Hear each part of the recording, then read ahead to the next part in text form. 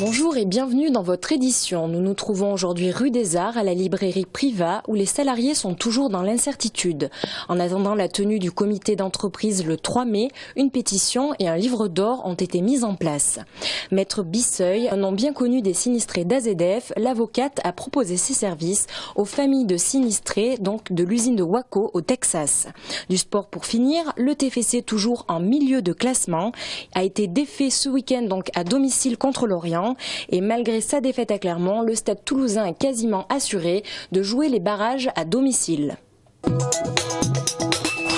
Samedi, ils ont reçu le soutien de Pierre Cohen, maire de Toulouse. Malgré cela, les salariés du magasin Chapitre Priva sont toujours dans le flou.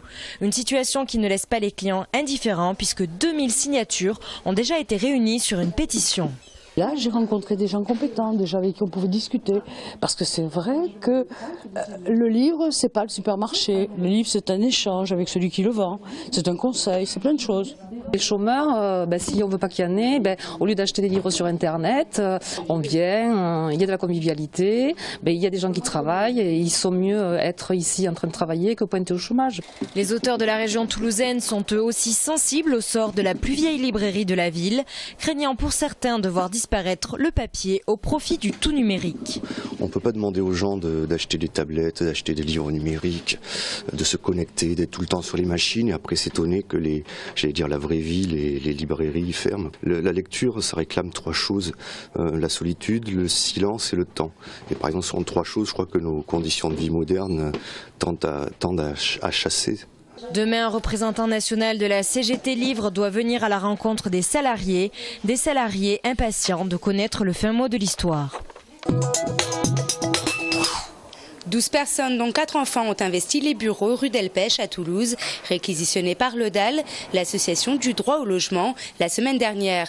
Le DAL n'a pas réussi à entrer en contact avec le propriétaire, mais il y a 2 jours, l'association s'est retrouvée face à l'huissier du locataire, qui ne serait autre que le SMTC, le syndicat mixte des transports en commun de Toulouse Métropole. L'objectif, c'est pas de rester ici à long terme.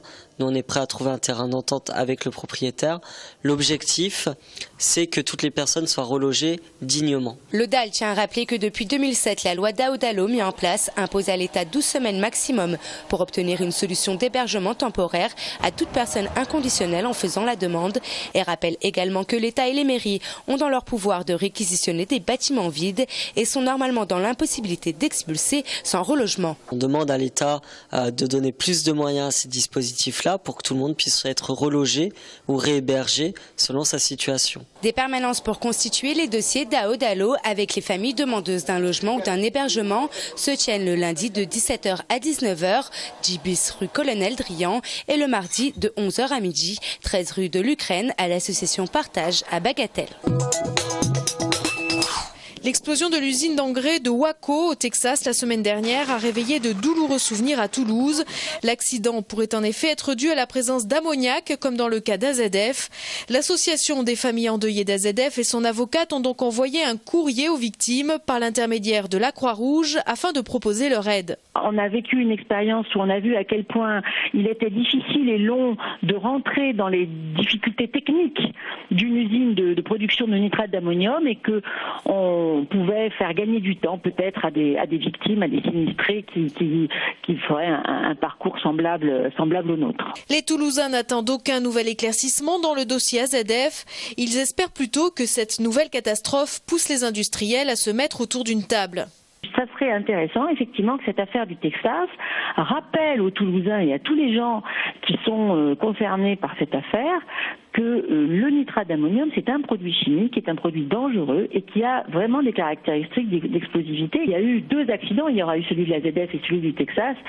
Il faut véritablement qu'il y ait une remontée de l'expérience, qu'il y ait un retour d'expérience et que l'on sache véritablement comment on peut améliorer les conditions de sécurité autour de ces usines. Pour l'instant, l'association toulousaine n'a pas reçu de réponse du Texas.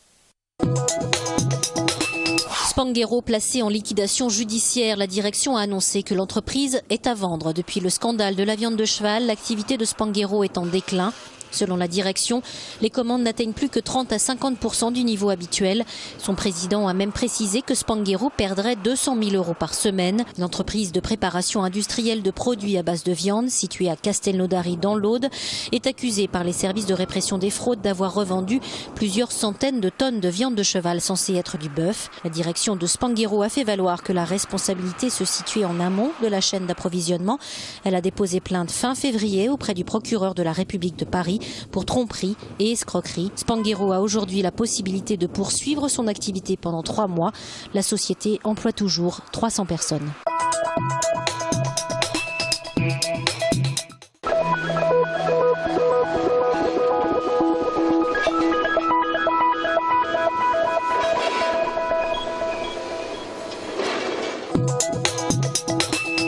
Rugby, une large défaite encaissée au stade Marcel Michelin, la blessure de Vincent Clerc au genou droit. Le week-end du stade toulousain n'a pas de quoi faire sourire, même si à l'issue de cette 25e journée de top 14, les Rouges et Noirs sont assurés de disputer leur barrage à domicile. Il n'en reste pas moins que le chemin est encore long avant d'envisager soulever un nouveau bouclier de Brennus. Bousculé par Clermont qui n'a mis que 39 secondes pour inscrire le premier de ses 4 essais, le stade toulousain a réagi en seconde période par du sautoir et Picamol. Au final, l'ASM Clermont-Auvergne l'emporte 39-17.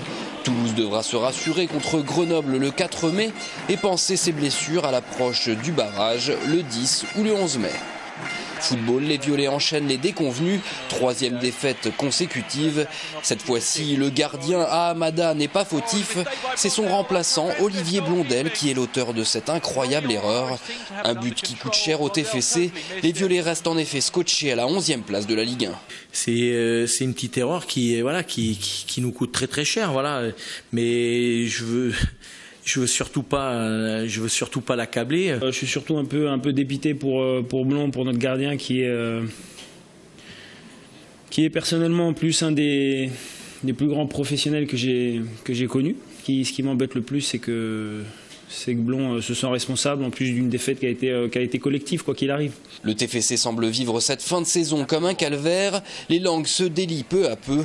Franck Tabanou exprime ses doutes quant aux ressources mentales de son équipe. La semaine prochaine, on va à Bastia et on va voir si on est un vrai groupe pour pouvoir finir une place en Europe. À seulement 8 points du premier relégable Sochaux, les Violets regardent désormais vers le bas du classement. Les derniers points pour assurer le maintien sont décidément bien difficiles à décrocher cette saison.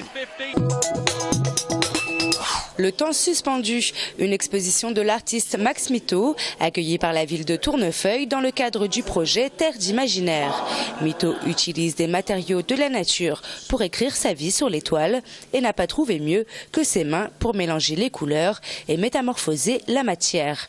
Un travail également de mémoire pour laisser une trace. Et on dit de cet homme qui a suivi un apprentissage en ferronnerie d'art qu'il est resté accessible et humain malgré son succès international. Ici, on a passé un moment extraordinaire. On était dans l'humanité du peintre ou de l'artisan, je ne sais pas comment il veut qu'on l'appelle, mais c'est un moment extraordinaire et nous l'avons ressenti tous comme ça, très très fort au fond du cœur. C'est en même temps comme une nourriture.